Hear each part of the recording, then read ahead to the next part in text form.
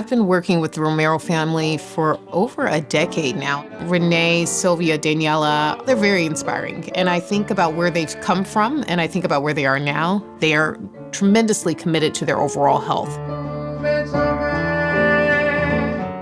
To share those experiences, their full health with each other, I think really is a family that loves each other.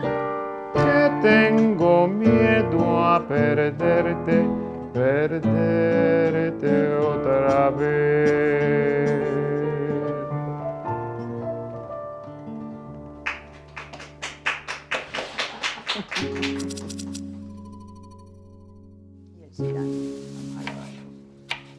Obesity is disproportionately impacting racial and ethnic minority communities. We're looking at a family that immigrated to the United States, and we have to recognize that different communities experience weight and health in different ways. Originally, we're from Venezuela. We have 3 children and 4 grandchildren. We came to the United States in the year 2000, right after the communism took over in Venezuela. We love being together. We take care of my mother-in-law. She lives here. She is 92. It's sometimes difficult, but it's very fun having a large family to take care of. Ella lo hace de otra manera. Esta manera es más fácil. Food is the center of our world in many ways. As soon as you get home from school, there's a plate of food there for you. If there's ever a time where you're going through something, you know, your family is going to offer you food to get through it, and it's definitely the way that we all come together. In our culture, food is love. When we came to Boston, I started to gain weight, but I thought, well, okay, I'm getting older. It's okay. I can get bigger. And I started to get size 12, size 14, even size 16 was the biggest I could get. I was 185 pounds at my heaviest. I started to eat ice cream, fast food, and I started to gain a lot of weight. I think I was like 230 pounds. I was feeling terrible. No energy at all. I was, heavy, getting dizzy, and feeling bad. As far back as I can remember, I always struggled with my relationship to food. I think I mostly struggled with quantities and also eating anxiously, and food was really just always there for me. I was 17 years old at my heaviest, and I think, if I'm not wrong, I was around 240. The whole family has had a journey as it relates to weight and health. One of the key things that I heard, particularly from Renee and Sylvia, is that they felt like the food that was here in the United States was very different from the food that they were experiencing in their home country. Organic food. I heard the first time that concept here, because for us, everything is organic. We don't have cattle factories. We have cattle in a ranch, and they are grass-fed. All of it.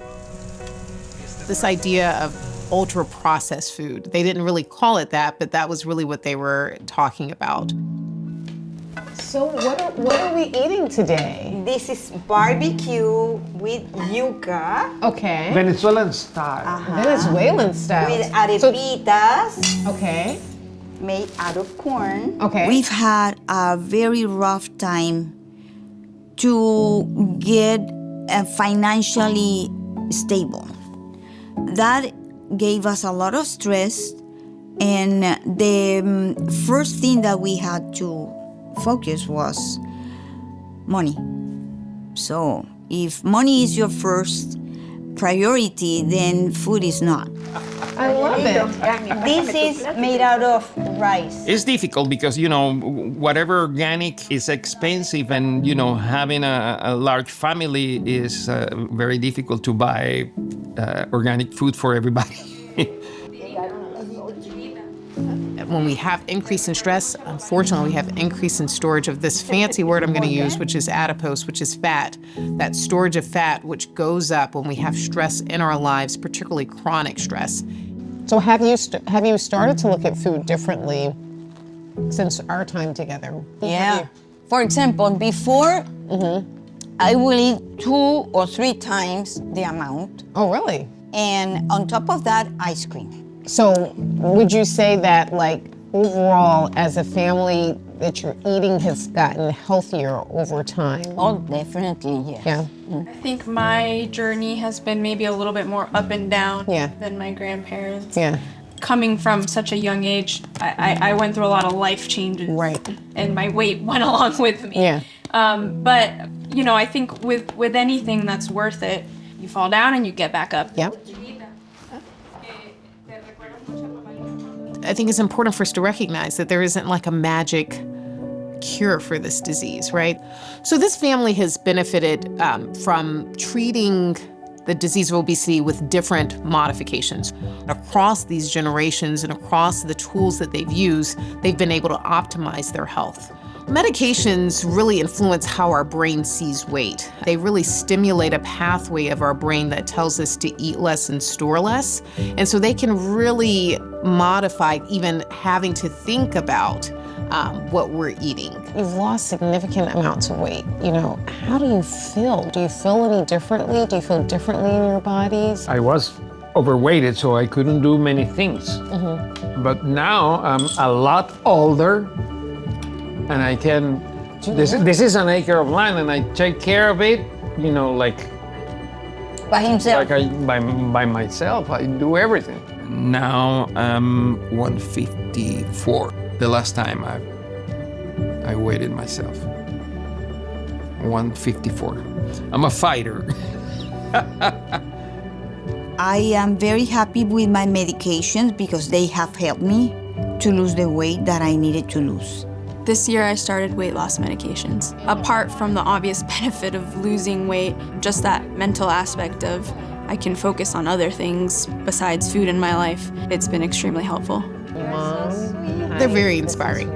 They're still living life. And so my goal is to help continue them on this positive trajectory. You inspire me to do the work that I do every day. Thank you so Well, much. we love having you here with us and learning a little more about our family and our habits and what we do. It's not every day your doctor visits your house. I know, right? That was back in the day.